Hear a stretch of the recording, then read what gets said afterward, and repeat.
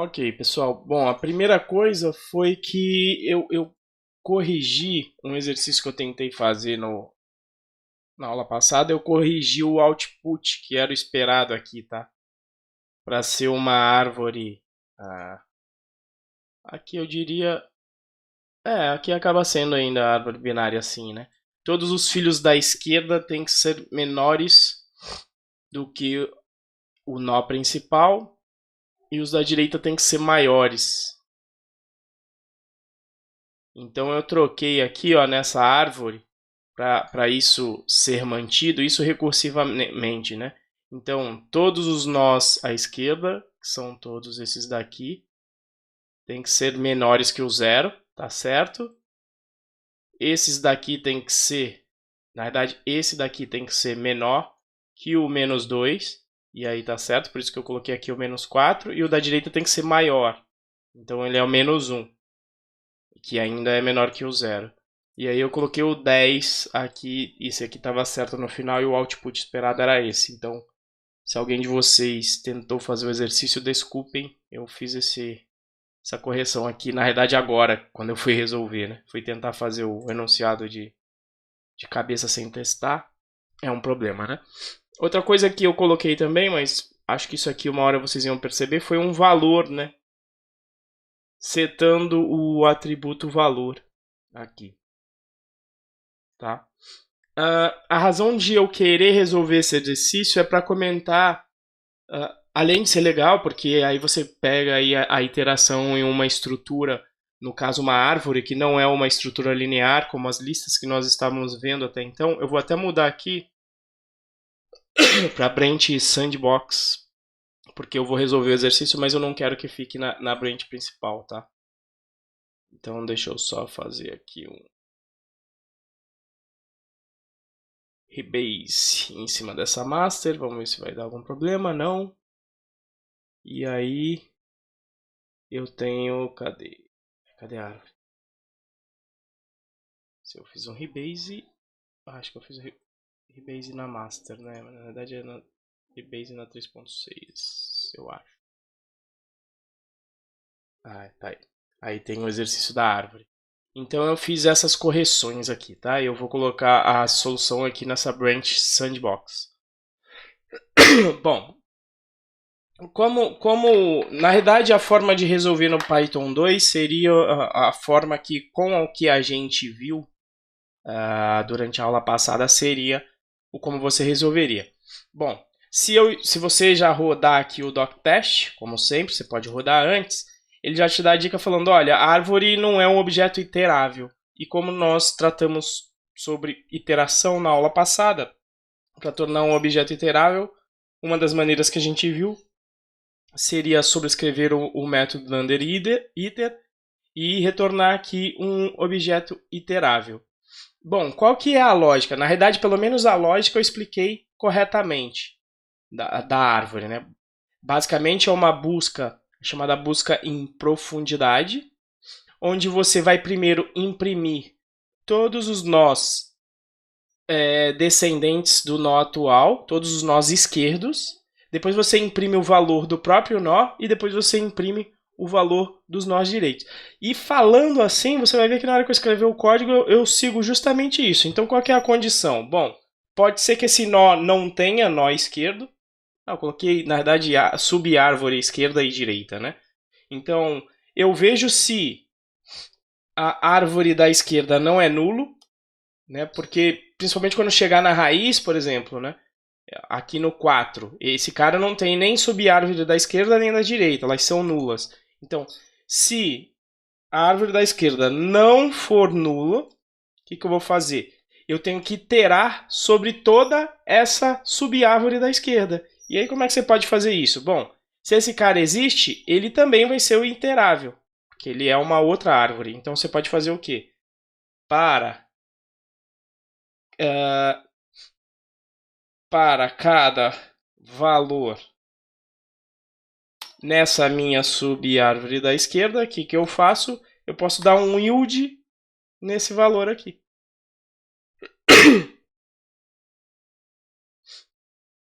Iterei sobre todos da esquerda. O que eu tenho que fazer? Tenho que retornar agora o valor respectivo do próprio nó corrente. O que eu faço então? Yield self.valor.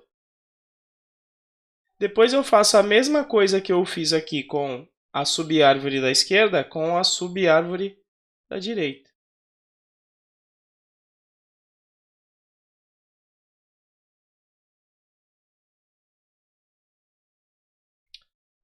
Vamos rodar o docstest, ver se funciona. Então, olha lá, funcionou. Tá? Deixa eu ver se dá para rodar isso aqui como docstest. Agora dá para rodar por dentro do PyCharm. Antigamente não dava. Legal, porque aí dá para debugar e ver o que está acontecendo. Ó. Vou colocar um breakpoint aqui, ó. Vamos ver o que está acontecendo. Doctest, nunca rodei doctest por dentro do PyCharm.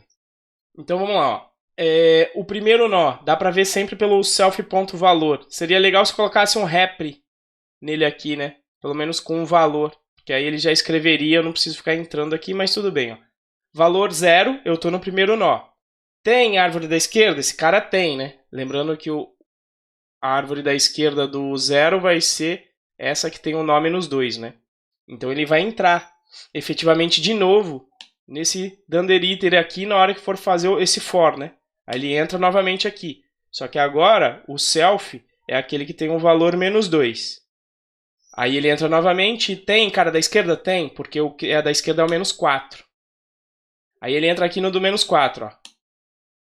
Entrou no menos 4. Tem cara da esquerda? Não. O menos 4 é uma folha na árvore, né? Ela não possui descendentes. Então, ele não vai entrar aqui porque o self da esquerda é nulo.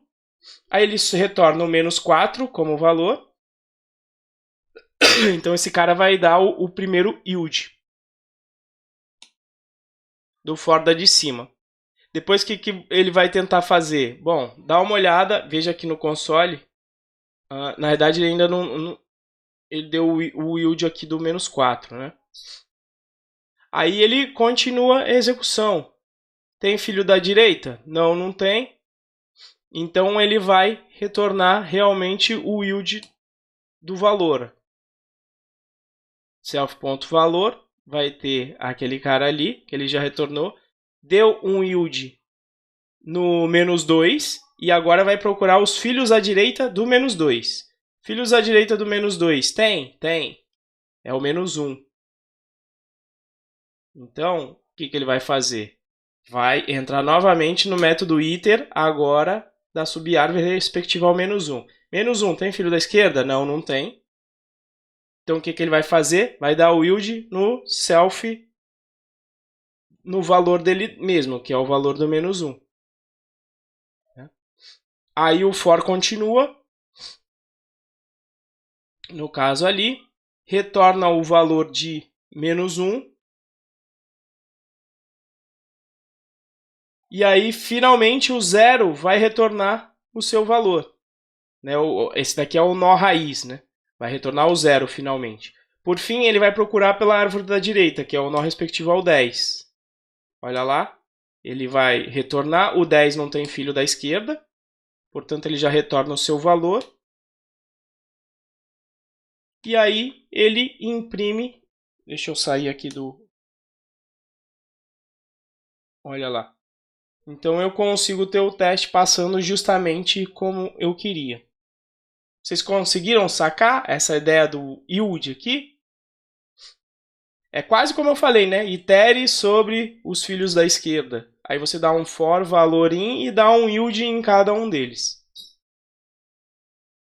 Vocês sacaram essa solução? De início não é muito comum a gente se acostumar com yield. E aí é o seguinte, essa construção é muito comum quando você tem, ou seja, o self.esquerda, lembrando, ele volta um generator, né? Porque ele vai entrar aqui no dunder-iter de novo. Ele retorna um generator. E muitas vezes só o que você quer fazer é o que está acontecendo aqui, né? Olha, pega esses generators e retorna de 1 a 1. Ou seja, ele está pegando valores de um generator e só está retornando como resultado desse generator aqui, que é o dunder-iter. Então, muitas vezes você fazia esse for só para ter que retornar esses valores aqui.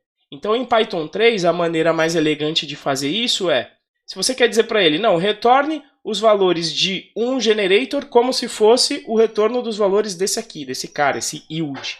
Então, você faz assim, ó. Em vez de escrever isso aí, você pode fazer. E é isso por isso que eu fiz esse exercício também. Tá? Você vai fazer assim, a notação chama yield from, vai ter o mesmo comportamento que aquele for, esse for aqui de baixo. Ó. Vou até deixar o da direita aqui. Ó. Vou rodar os doctests. Ó. Veja que está passando também. Então essa é a forma de você fazer no Python 3. No Python 2 não rola. Fazer assim, você tem que fazer o for mesmo. Tá? Então a solução ainda mais tranquila seria esta daqui. Ó. Yield from direita, yield from esquerda e yield from direita depois de retornar o próprio valor. Aí fica pequenininho. Veja que uma implementação relativamente simples que ia dar um trabalhinho aí, sem aí o generator. Se fosse implementar, por exemplo, lá o iterator do padrão de projeto do Goff. Tá? Deixa eu comentar aqui isso aqui e já mandar para o sandbox. Solução de exercício da árvore.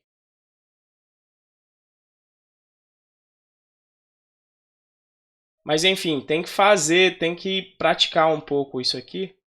Dá um force push aqui.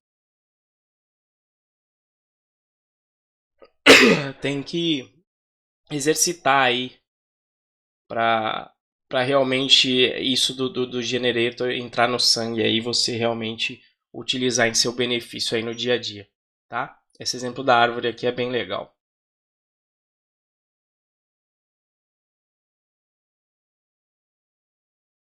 Beleza? Alguma dúvida sobre isso aqui?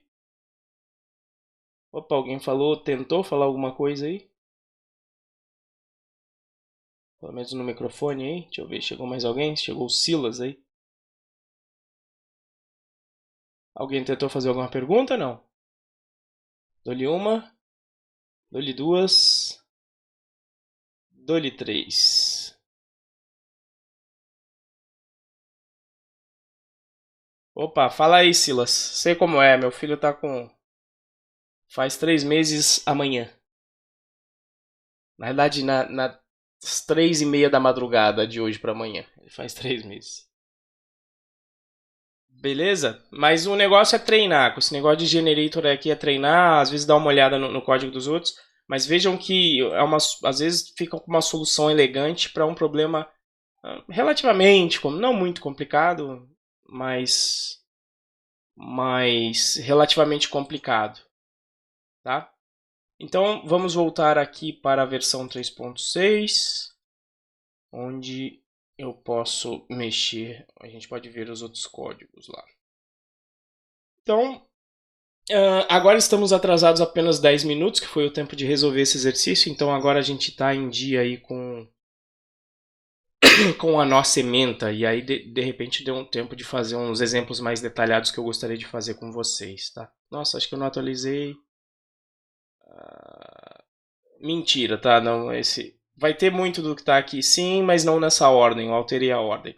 Mas basicamente leve o título aí. A aula de hoje, inclusive os slides estão lá na nossa pasta já. Eu coloquei de tarde. A gente vai aprofundar um pouquinho mais no Python Data Model e ver alguns conceitos aí ligados à orientação a objetos, polimorfismo e metaprogramação. Polimorfismo, então.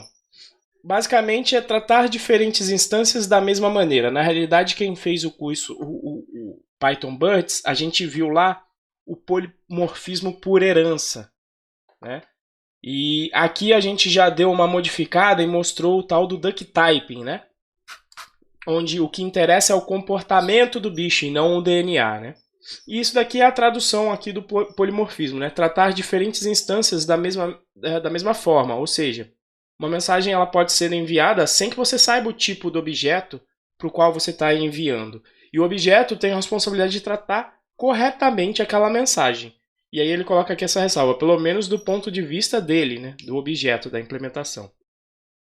Isso é uma nota que o Luciano tirou desse livro, do The Object Primer, segunda edição, página 173, de inglês, tá? Desse cara aí, o Scott Hammer, né?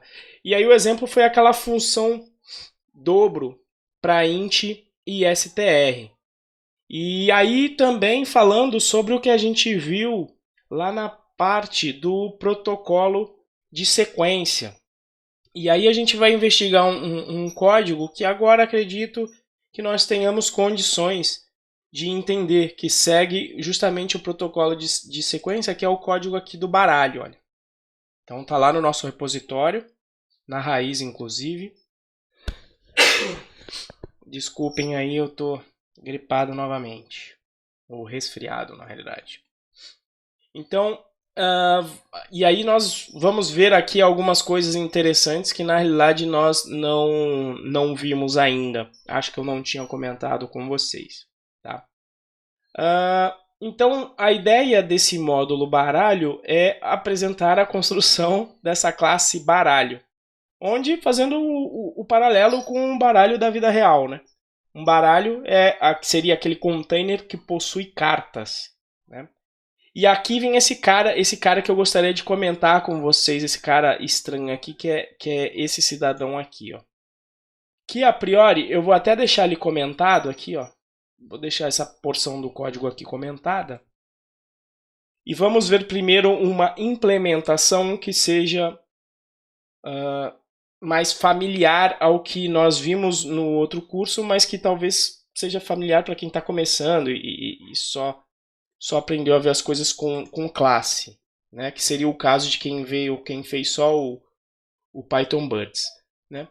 Muitas vezes, não sei se já aconteceu com vocês de vocês criarem um objeto dessa maneira aqui. No caso aqui é Python 3, eu nem precisaria dar de object, que é o seguinte: você simplesmente cria uma classe onde você inicializa atributos no construtor. E aí, no máximo, você sobrescreve, lembrando o dunder rep, para você poder imprimir, né, bonitinho uma carta. E aí, a ideia é que você vai utilizar esse cara sempre dessa maneira aqui, né? Main. Então, você vai dar lá um print carta. Aí, você vai colocar aqui o primeiro é o valor que foi colocado aqui. Então, vamos dizer um mais. E deixa eu aproveitar que eu copiei os Unicodes aqui. E vamos utilizar os Unicodes para colocar aqui também o naipe, né? O suite em inglês. Sumiu com o meu pausa aqui. O naipe pausa aqui, tá aqui. Vocês já usaram esse tipo de construção? Né? Então tá lá a carta com seu valor e naipe. Ou seja, você só está utilizando essa classe para carregar os valores, né? E mais nada, ela não tem método, ela não faz nada demais. E você ainda teve que implementar o dunder rep porque você queria, né, ter uma especificação na hora de imprimir esse cara bonitinho. Né? E o detalhe, vamos supor que você também não tenha o intuito de alterar esses atributos. Você olha para esse cara e você fala, não, você só cria uma carta e eu não quero poder alterar os valores desse cara aqui. O que faz sentido para uma carta, né? Não faz sentido você poder alterar o valor ou o naipe de uma carta depois dela ser criada. Né? Então, eu poderia muito bem aqui nesse baralho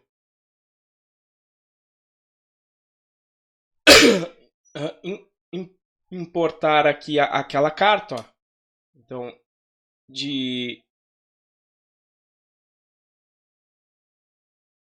Olha lá.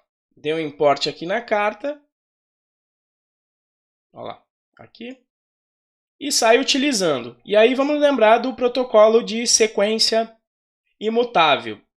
Protocolo de sequência. Na verdade, para fazer um for, e é isso que eu quero fazer, ó, vamos fazer aqui assim. Ó. Para cada carta no meu baralho, um baralho que eu estou construindo agora aqui, print carta. Aliás, vamos fazer até via console Python.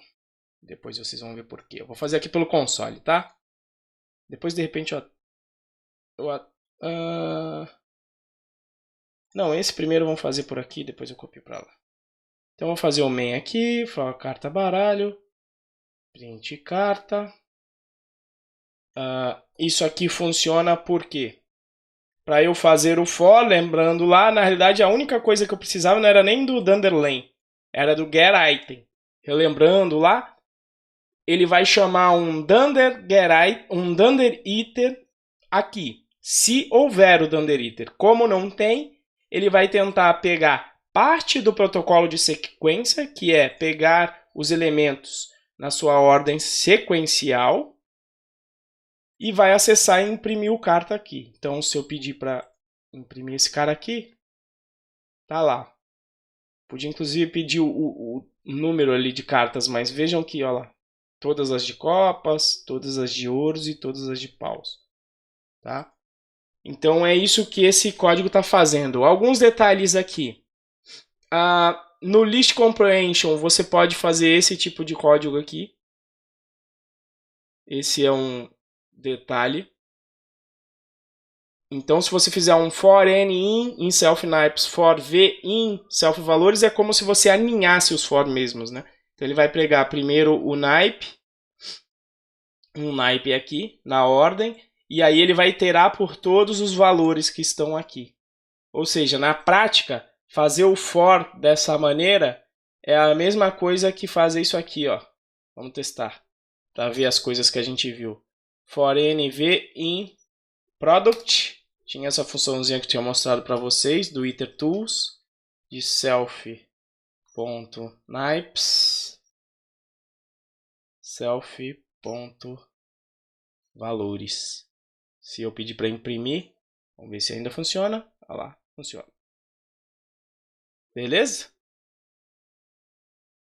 Agora, voltando à questão inicial, isso aqui a gente já sabia, só testando aí. Eu estou utilizando então a carta como eu falei, só para ter acesso a valores e naipes.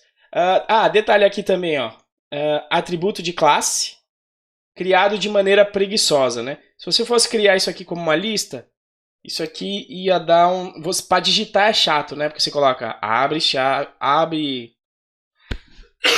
abre apóstrofe simples, bota vírgula, bota 2 e assim por diante. Então dá um trabalho criar essa lista na mão. Então o preguiçoso, o que ele faz?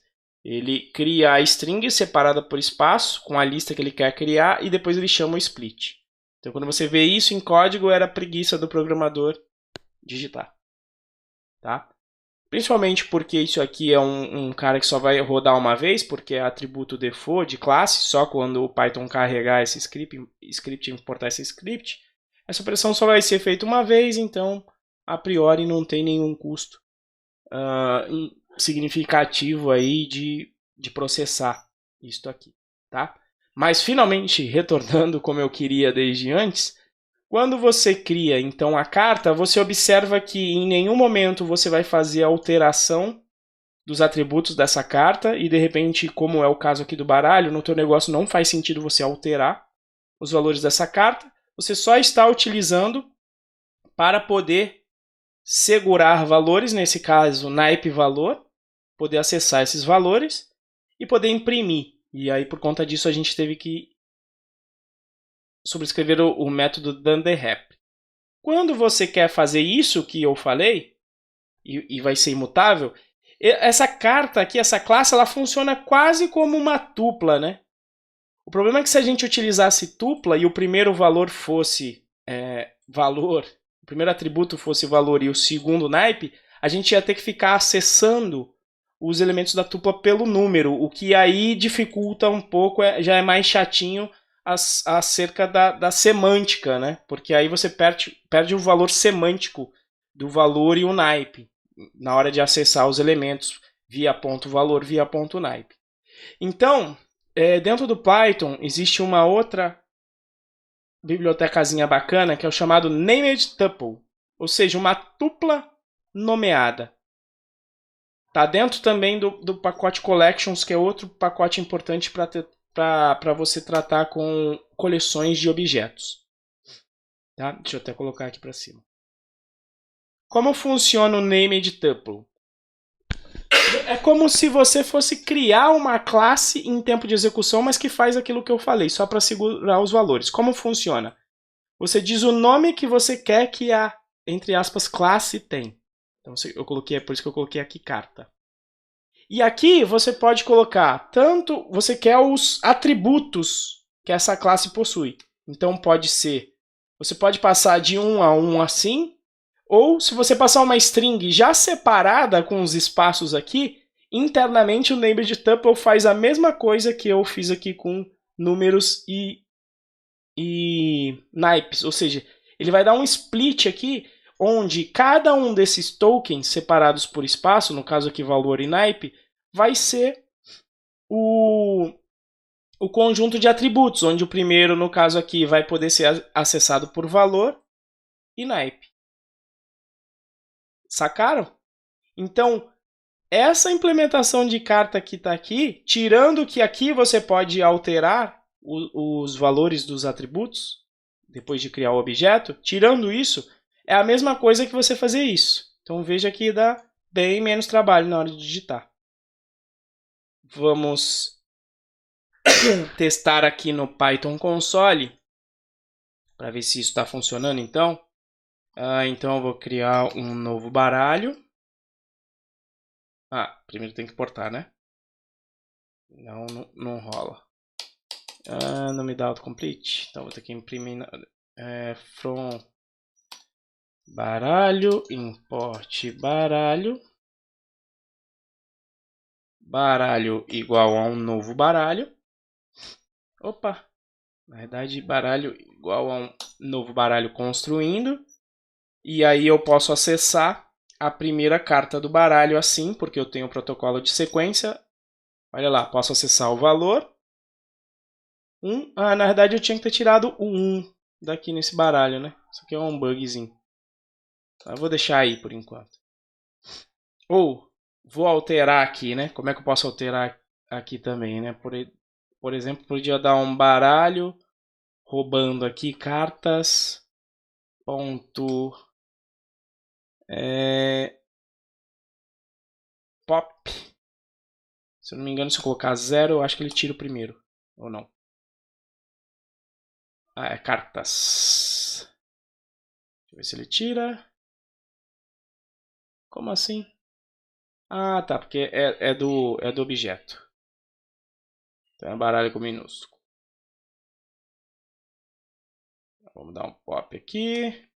Olha lá, tirei aquele 1. Na verdade eu tinha que tirar todos, né? Deixa eu rodar de novo, vai.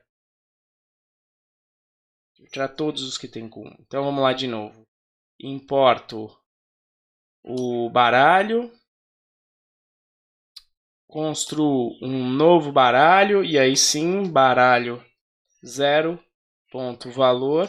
Olha lá. Consigo pegar o valor da minha primeira carta e consigo acessar também o naipe. E se eu pegar o baralho 0, vamos ver como é que fica o rep. Olha lá o rep. Exatamente igual daquela minha implementação. Né? Só que eu tive o trabalho de escrever tudo isso aqui de código. E aqui, não. Aqui eu usei um named tuple. Alguém de vocês já conhecia aí? Esse cara?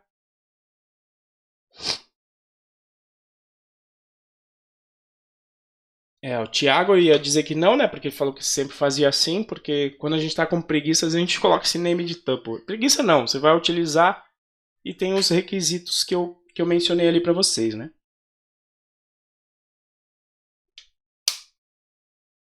Apesar que todo programador é boa, preguiçoso, né? Quer digitar pouco. Mas fazer código claro, né? Não adianta digitar pouco e o código não tá tão claro. Mas named tuple... Isso, na realidade, muito do livro do Luciano ele baseou nos cursos que a gente dá aqui, né? Então você vai ver que os exemplos são os mesmos porque, na realidade, ele fez primeiro os cursos e depois ele escreveu o livro. Então ele tira das palestras e dos cursos, né? Bom, então vamos voltar aqui. Alguma dúvida disso aqui? Pois é, a ideia é essa aqui então mesmo, Thiago, com os cursos. Dá uma ir aos poucos aí mudando um pouco da mente procedural para entender o código e fazer uso, né, das características dele em sua vantagem, para a gente escrever menos código. Tá? Então, por enquanto está tranquilo, vamos ver se a gente consegue complicar um pouquinho mais. Ok, então isso que eu queria dizer com classe de baralho como sequência imutável, né? Então foi o polimorfismo. Metaprogramação, agora vamos entrar no assunto que aí de repente dá uma complicadinha maior, né? Então, o que é um metaprograma, né? Aqui eu coloquei a mensagem aqui, ó, é o programa que programa programas, né? Para ficar sacaneando, né? Coloquei inclusive o what the fuck aqui no coisa, mas eu gosto às vezes de saber a etimologia das palavras, porque saber a etimologia das palavras te ajuda a entender do que se trata um assunto, né? Então, tudo que tem meta como sufixo costuma ser uma coisa que aborda ela mesma, que fala dela mesma, né? Então, um exemplo que eu dou maior é o da metalinguagem, ou seja, é uma linguagem que explica ela mesma. E o melhor exemplo disso seria o dicionário, né? Então, você tem lá uma palavra que ela é descrita com outras palavras. Então, a ideia é que você veja a explicação até que você chegue em alguma explicação que contenha palavras que você já conheça, né? Então, esse é o exemplo. Então, a metaprogramação vai ser o quê? Vai ser programas que manipulam programas. E, na verdade, a gente trata com isso no nosso dia a dia sempre que a gente está numa linguagem de programação, mesmo sem saber. Mesmo que a gente faça isso de forma indireta.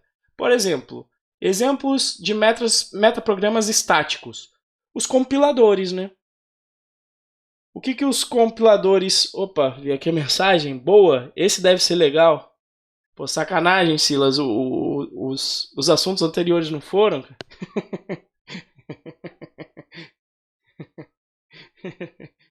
Espero que esse seja mais legal, né? Mas vamos lá. Tá, então, compiladores, o que eles fazem? Eles basicamente pegam o teu programa, que está escrito numa linguagem de programação, e ele transforma em outro programa, que seria o código binário para ser executado na tua máquina, né?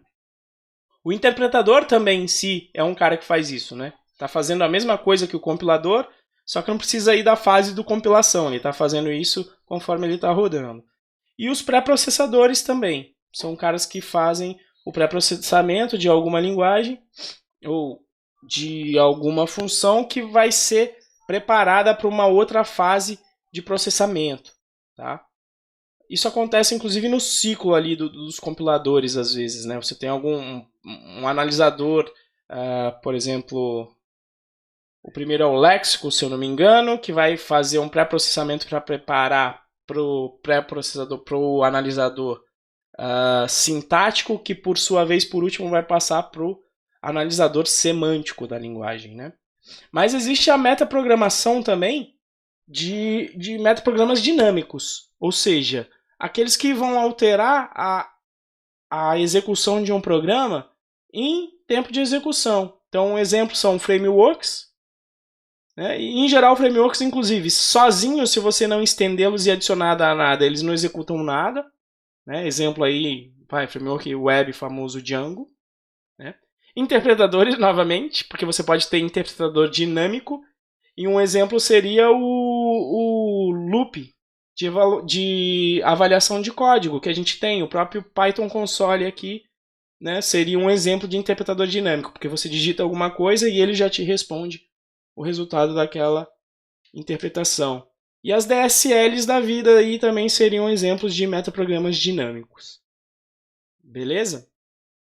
Bom, e aí, vamos começar com essa metaprogramação abordando alguns assuntos. Alguém aí já ouviu falar desse termo Monkey Patch? Né? O que é o Monkey Patching? Né? É a alteração de classe, e quando em geral esse monkey tem a ver um pouco com gambiarra, né? Mas é a alteração de uma classe em tempo de execução. Tá?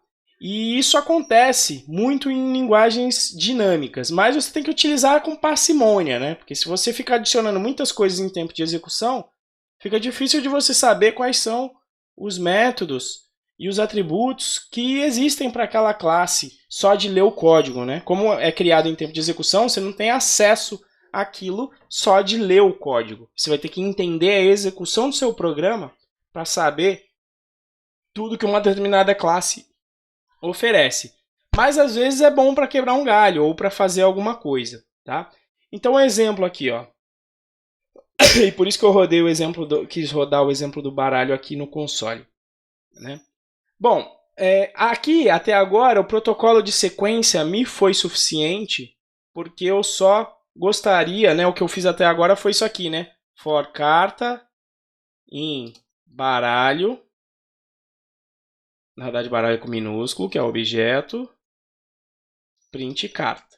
E beleza, eu imprimi o protocolo de sequência, maravilha. Esse cara imprime aí todas as cartas. Mas o que seria legal seria, em termos até de programação,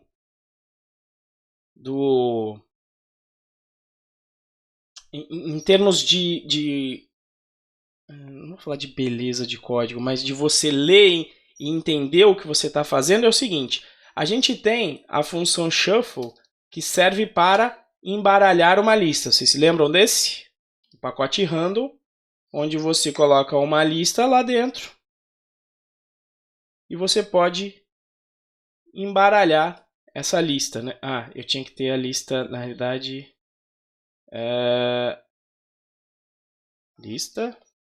list de range de 5. Tá aí minha lista. E aí se eu chamar o shuffle nessa lista aqui,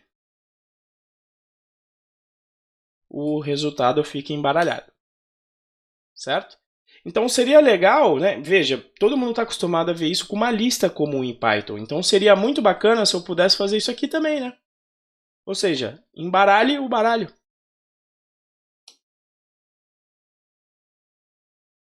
E aí você leva um erro, né? Que você fala, olha, e o próprio Python te fala o que está de errado, né? Beleza, eu tentei embaralhar o seu baralho, mas é o seguinte, o seu baralho não permite que eu faça o chamado item assignment, ou seja, fazer atribuição em elementos do seu container. Porque o getItem é o método que permite eu fazer acesso em sequência, mas ele não permite que eu troque elementos, que eu faça atribuição de um elemento em determinada posição, né? E ele está quase te falando. Então, uma coisa que eu poderia fazer eu ia dar uma estudadinha e ia ver que para fazer isso quem faz é o irmão gêmeo, o irmão não, o primo do getItem, que é o setItem. Né? É ele que faz esse acesso aqui. Se eu fosse incluir esse código aqui do setItem nesse código, o que eu ia ter que fazer? Eu ia ter que incluir o código do setItem aqui em cima e eu ia ter que rodar todo esse código aqui de novo. Porque quando eu fiz o import de baralho aqui, lá em cima, na verdade, aqui ele já leu e interpretou o meu arquivo .py e já colocou esse código de baralho aqui. Então não adiantaria eu ler a documentação e fazer isso aqui, ó. setItem. Ele recebe a posição em um valor, que é o valor que você quer colocar nesse cara. E para implementar fica simples, né? Quando você tem um vetor por baixo dos panos aqui desse cara nas cartas, porque você só vai fazer o quê? Vai utilizar o setItem desse próprio cartas aqui. Veja que aqui eu vou poder fazer baralho.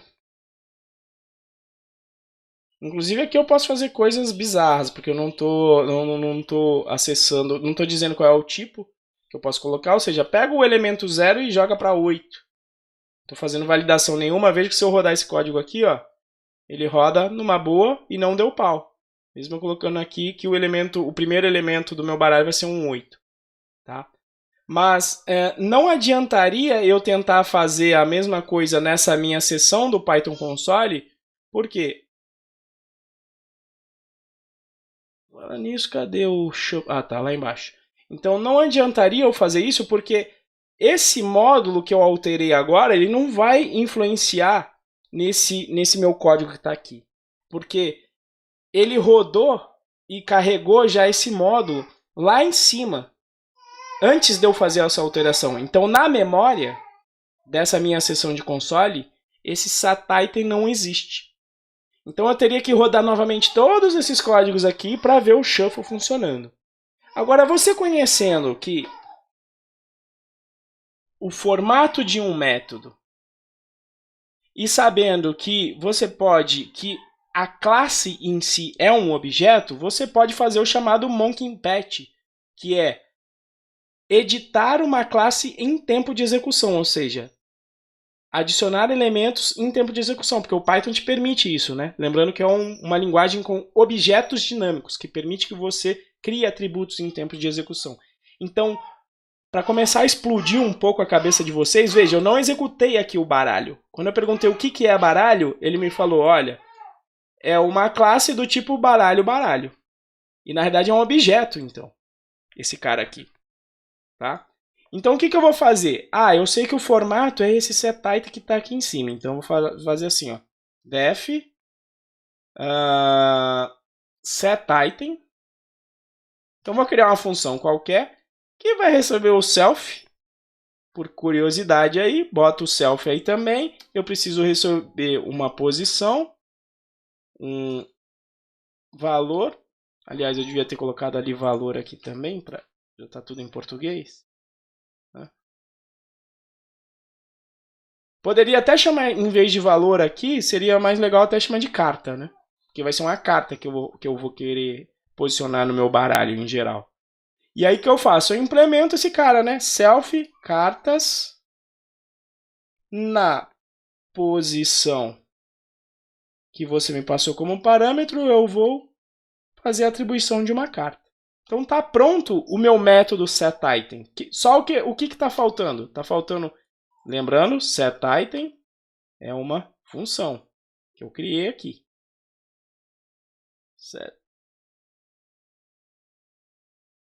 setItem. Tá lá, ó. Um objeto do tipo função que tem esse endereço de memória. Vou pegar meu baralho, vou fazer o quê? Ó? Pega o setItem e faça que ele seja igual a esse setItem que eu acabei de criar aqui em tempo de execução. Como agora o setItem existe, ó, eu vou tentar fazer o shuffle de novo. Vamos ver se vai funcionar. Ou se eu vou passar vergonha aqui. Tá? Mas pelo jeito funcionou. Se eu pedir para fazer o for agora no baralho. Cadê o código do for? Olha lá. Imprime, olha lá. Então agora está tudo embaralhado. Sacaram então o monkeypatch? Veja que não foi essa mudança que eu fiz aqui em cima, tá? Foi a mudança que eu fiz aqui embaixo. Obviamente que isso aqui é legal para mostrar no console, para você fazer testes rápidos e não ter que resetar tudo, mas depois que você viu que funcionou, você teria que vir aqui, ó, não, agora eu vou colocar aqui o método direitinho. Tá? Não só para testes, existem também, não sei se vocês programam para web, em JavaScript é possível fazer, aliás, nas linguagens dinâmicas aí, em geral é possível em geral você fazer monkeypatch. No Ruby, no JavaScript, né? Então no JavaScript existem algumas libs que costumam fazer monkeypatches nos objetos nativos da linguagem. Se eu não me engano, existe uma lib JavaScript que se chama underscore. Eu nunca utilizei, tá? Mas ele é um framework web que faz algumas coisas para você e que ele te coloca lá, ele vai lá no array e enfia lá na classe array um método que ele precisa para utilizar. Né? Então é um cara que faz um monkeypatch na biblioteca padrão. Quando que seria aí, nesses casos de teste aqui de console, acho que é uma hora legal de utilizar. Tem hora que você só está precisando daquela funçãozinha que está faltando no framework. Só que você não quer criar um fork do projeto. Você manda o pull request mas você fala, putz, eu estava precisando disso agora. Então, só nessa versão aqui, sei lá, mais antiga do Django, eu vou fazer um mocking patch para ele se comportar aqui como a versão que eu queria, até o pull request ser aceito, né? Então, esse seria um caso aí de monkey patch utilizável aí. Mas, como eu disse, use com parcimônia. Se possível, não fica criando coisas em tempo de execução só porque pode, mas algumas vezes é interessante, como esse caso aqui que eu mostrei. Beleza? Então, isso já foi uma metaprogramação aqui que a gente fez. Porque veja que eu criei um método em tempo de execução, simplesmente manipulando o meu objeto da classe baralho, né? E na realidade, apesar da metaprogramação de no início ser complicado, veja que nós tratamos do assunto do curso, né? Que é, são classes, são métodos, então você está falando em manipular esses elementos que a gente já conhece, né? Então, aqui o que eu estou falando é de criar um método em tempo de execução. Beleza, cria uma função, você sabe o formato que o método tem que ter, que ele sempre vai receber o self como primeiro parâmetro. Então, eu criei essa função dessa forma especial, já recebendo o self aqui de propósito. E aí eu sei que o método ele é um atributo que pertence à classe. Então, eu vou lá e seto esse atributo em tempo de execução. Então, a gente está falando dos elementos que a gente trata realmente durante o estudo da linguagem em si. Tá? Isso daqui seria o protocolo de sequência mutável, né? Então, quando você tem um setItem adicionado ao protocolo de sequência, nós transformamos essa sequência que era imutável em mutável, porque agora você consegue fazer atribuições para elementos específicos de dentro do container. Tá? Então, se a sua classe precisar ser mutável, e veja que é a filosofia do Python, só implemente o que é necessário do seu protocolo. Ou seja, se você só for iterar, você só precisa implementar, se for seguir pelo protocolo de sequência, só o getItem. Se você for fazer o shuffle, aí ele vai precisar do setItem e ele também precisa do len, para ele saber quantos são os elementos na hora de fazer ali o swap de elementos que ele tentou fazer aquela hora ali. Que deu a mensagem de erro. Eu vou tirar aqui o setItem, vou rodar o código aqui de cima.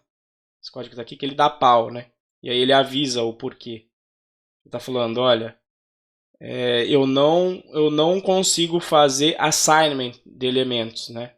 Que é o que ele tentou fazer aqui. E eu não tenho mais o setItem. Beleza? Sacaram então o que é monkey patch? Eu vou reverter esse código aqui, tá? Pro código inicial que ele estava. A única coisa é que eu tinha que tirar o 1 aqui. Deixa eu só fazer essa correção. Ctrl K. Removendo um do conjunto de cartas do baralho.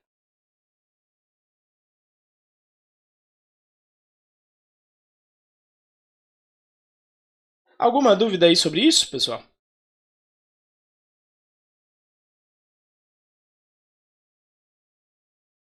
Bom, então potencial de metaprogramação em algumas linguagens aqui. Aqui das menos, com menos potencial para as mais, né? Então a mais aqui foi colocado o Lisp, porque na realidade na filosofia do Lisp você praticamente consegue criar outra linguagem dentro do Lisp para resolver os seus problemas. Tá? Essa filosofia do Lisp. Depois do Lisp vem o Ruby.